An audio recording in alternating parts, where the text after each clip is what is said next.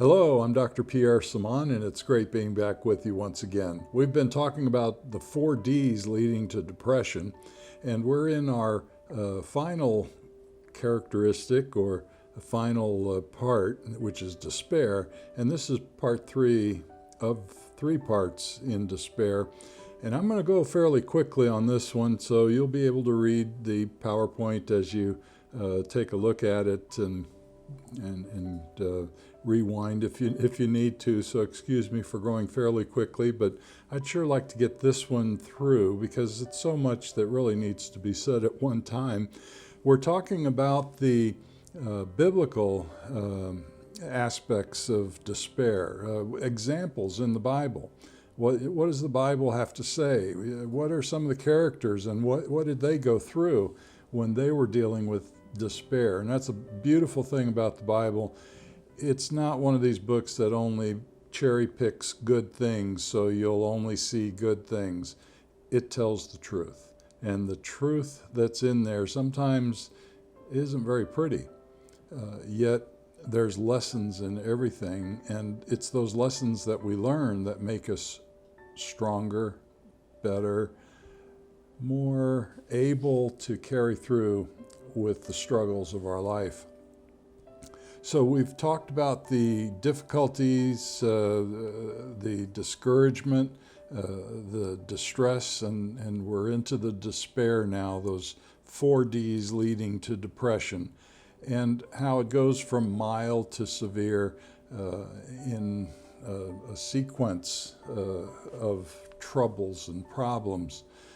Well, what about the Bible? What does it have to say? We can go all the way back to Genesis and go all the way to Adam and Eve, but really what stands out is Cain and Abel. Remember that story? Cain knew of despair when God pronounced judgment on him for his murderous act against Abel. A terrible, treacherous act that happened so early in the Bible.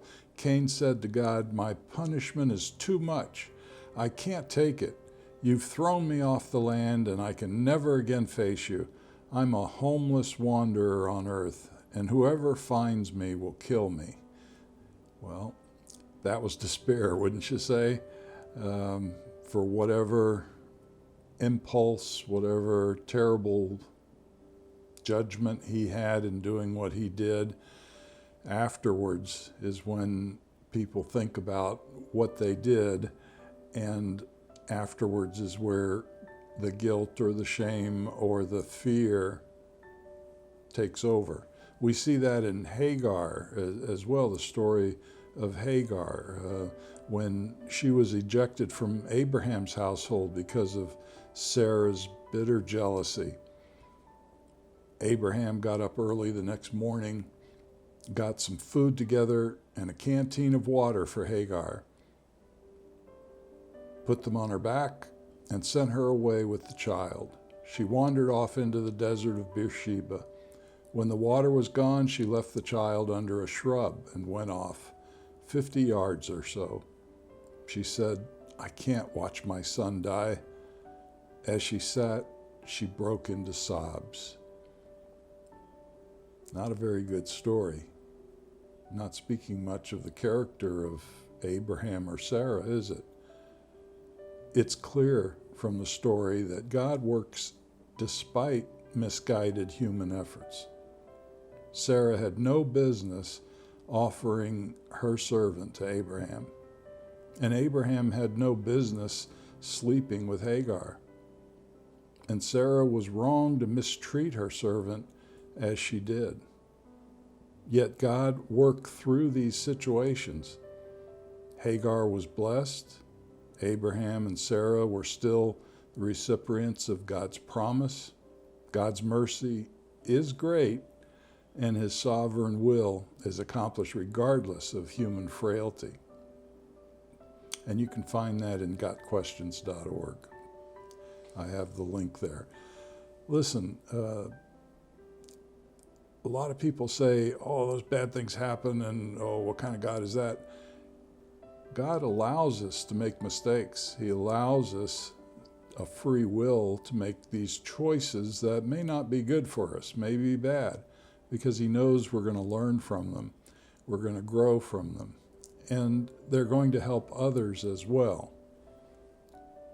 When this happened, terrible thing. It was wrong. Should have never happened. But God stepped in to help. Good sense is a fountain of life to him who has it, but the instruction of fools is folly. You find that in Proverbs. Listen, it's not easy to have good sense all the time, or I call it common sense. To me, it's both the same, good sense and common sense. When we let fear take over, what happens? We lose good sense. We lose good thinking, good thoughts, and the emotions take over. Another example is the slavery in Egypt. The Israelites knew of despair on account of their cruel bondage at the hands of the Egyptian pharaohs. But when Moses delivered this message to the Israelites, they didn't even hear him. They were that beaten down in spirit by the harsh slave conditions. When our flesh takes over, when our emotion center takes over, the limbic system, it's hard to reason. The emotions are too strong. It's hard to think. The issues of the present day, the current issues, are like a mountain in front of us, and we can't see around it. We can't see through it. And all we see is this huge thing that seems impossible to climb. The story of Elijah is another good story of despair. Elijah knew despair all too well after running from Jezebel's murderous plot to kill him. If you have a chance, go to my website, newhorizonscounseling.org, and look up the blog, The Jezebel Spirit. You'll find that interesting, and it gives you a lot of details about Jezebel and what this story is talking about. Well, Elijah ran so far because of Jezebel's threats. Elijah ran and ran so hard that he collapsed in the wilderness. But he ran 120 miles in a day, according to the Bible. That's about 5 miles per hour, 5 miles every hour. Wow. I don't think I could keep that pace. So he certainly had adrenaline going. And if he ran that 120 miles, which we have no reason to doubt it, because everything else has come true in the Bible, he would have really been worn out. You know, if you read the stories of Samson and his fighting the Philistines, he was so worn out at the end of each event that he collapsed. And in this case, we see an example of despair where Elijah couldn't take it anymore. 1 Kings chapter 19 says, when Elijah saw how things were, he ran for dear life to Beersheba, far in the south of Judah. He left his young servant there and then went on into the desert, another day's journey. He came to a lone broom bush and collapsed in its shade, wanting in the worst way to be done with it all, to just die. Enough of this, God. Take my life. I'm ready to join my ancestors in the grave. Exhausted, he fell asleep under the lone broom bush. Despair brings about forgetfulness. When you're thinking in despair, you're thinking these negative thoughts, because when your emotions are in control, the emotions in that limbic system creates negative thinking. You're thinking the threat. You're not thinking about good things. You're thinking, what's going to happen if this is taken away? What's going to happen if I don't have access to that? What's going to happen if this hurts me, damages me, kills me? Those are all negative thoughts. and they get generated and they get stronger and stronger. Elijah became afraid, and in a panic attack, and I believe that's what he had a super panic attack, he ran away. When someone has a panic attack, what do? They want to escape. They want to get out from where they're at to their safe place, or to a place that they may determine or feel that's safe. At least getting away from where they are and the panic they're feeling will help them to feel better, they believe. That's the only thing they can think of, and off they go. Well, off he went. He went running. I'm sure he didn't think through it all. Here's a guy who God just killed with fire coming down from heaven. Not only burnt the offering that was all wet with water and everything, but the fire was so strong it engulfed the priests of Baal, the priests of the devil. And here he was, a servant of God, God using him. He couldn't think of that. All he could think of was this threat that came to him from Jezebel. A man of immeasurable faith and courage reduced to fear and panic. A prophet who experienced many miracles of God, even raising a dead child. Always obedient to God's commands. The fear of Jezebel activated his fear and emotion center of his brain.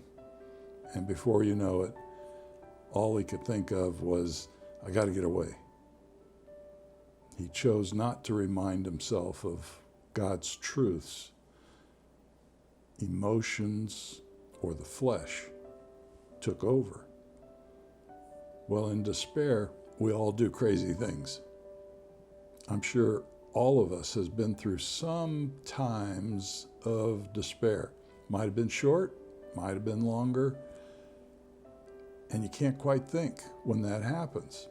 If you notice, if you think back, or you might know someone, I know in counseling, I hear that so often. When someone is in despair, they forget all of the things they learned, or they forget how they handled something similar in the past.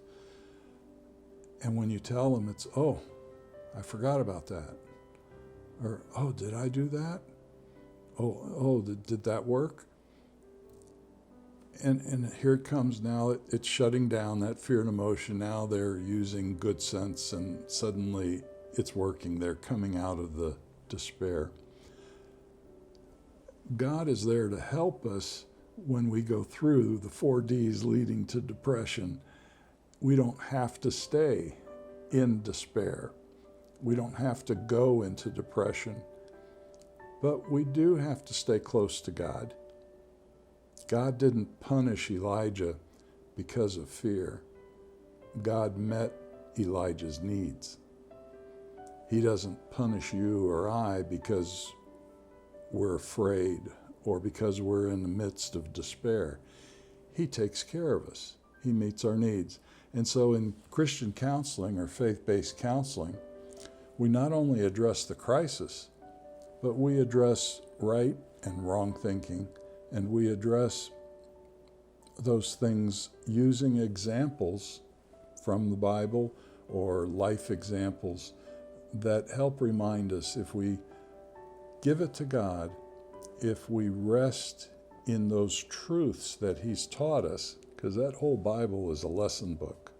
If we do those things, things seem to get better fairly quickly. In fact, they get better faster than those who don't do those things. And you come out stronger, better equipped for the future. Think about that. I hope this was helpful for you today. Next time we're going to get into Depression 101 and talk about some of those basics about depression. And I hope this was helpful. Please push the like button, put the notification bell, make that active. That's how we know you're listening. It's how we know we're getting through to you if you're finding this interesting. And it helps us to help you and to help others. So please watch, and I'm sure with God's help, we can get through anything. God bless.